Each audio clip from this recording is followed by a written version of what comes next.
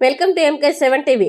నాగర్ కర్నూలు జిల్లా బూత్ నిర్మాణ అభియాన్ కార్యక్రమం అచ్చంపేట పట్టణంలోని లోటస్ ఫంక్షనల్లో నిర్వహించడం జరిగింది. ఈ కార్యక్రమంలో అధ్యక్షత వహించిన నాగర్ కర్నూలు జిల్లా అధ్యక్షులు వేముల నరేందర్రావు గారు నిర్వహించారు. ఈ కార్యక్రమానికి ముఖ్య అతిథులుగా విచ్చేసిన రాష్ట్ర ప్రధాన కార్యదర్శి గౌతమ్ రావు గారు, నాగర్ కర్నూలు జిల్లా ఇన్ఛార్జ్ రాజు గారు మాట్లాడుతూ, రాబోయే అచ్చంపేట మరియు నాగర్ కర్నూలు జిల్లా పరిధిలోని ఉన్న అన్ని మున్సిపాలిటీల్లో ఎన్నికల్లో భారతీయ జనతా పార్టీ ఘన విజయం సాధించి విజయడంకా మోగిస్తోంది.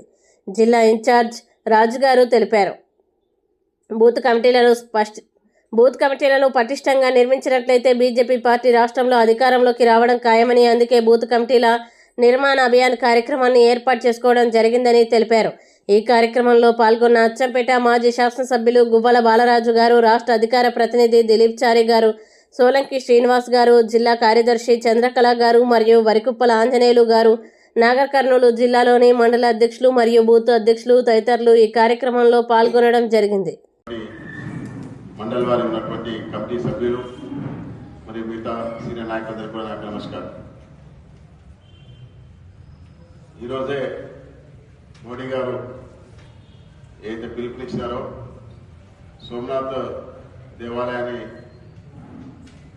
ధ్వంసం చేసి గజనీ మొహమ్మద్ అయితే ధ్వంసం చేసి 8, 9, 10 డేట్లలో జనవరి 8, 9, 10 డేట్లలో 1000 సంవత్సరాల ముందు ధ్వంసం చేసి 1000 సంవత్సరాల సందర్భంగా మరొక కార్యక్రమాన్ని ఇవ్వడం జరిగింది.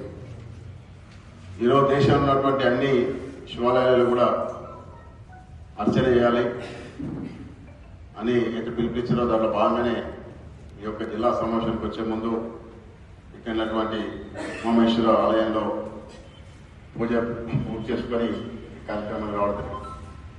అది నేను అదృష్టంగా భావిస్తాం. నిన్న కూడా ఈ రాష్ట్రంలో ఉన్నటువంటి పెద్ద ట్రైబల్ దేవతలు అయితే పూజిస్తారో సమ్మక్క సారలమ్మ యొక్క జాతర అయితే జరుగుతుంది. ఏసీఆర్లో పెద్ద జాతర అయితే జరుగుతుందో అది దాంట్లో కూడా రాష్ట్ర అధ్యక్షుల వారితో ఆ యొక్క ప్రాంతాన్ని పోయి అక్కడ జరుగుతున్నటువంటి అభివృద్ధి పనులు చూసుకోవడం జరిగింది. అదేవిధంగా ఈరోజు రాష్ట్రం అంతా కూడా ఈ యొక్క Bharatiya Janata party cadre based mass organization కార్యకర్తలు కలిగినటువంటి ఒక పార్టీ దేశంలో ఏదైనా ఉంది అంటే ఇది ఒక భారతీయ జనతా పార్టీ. కాబట్టి భారతీయ జనతా పార్టీ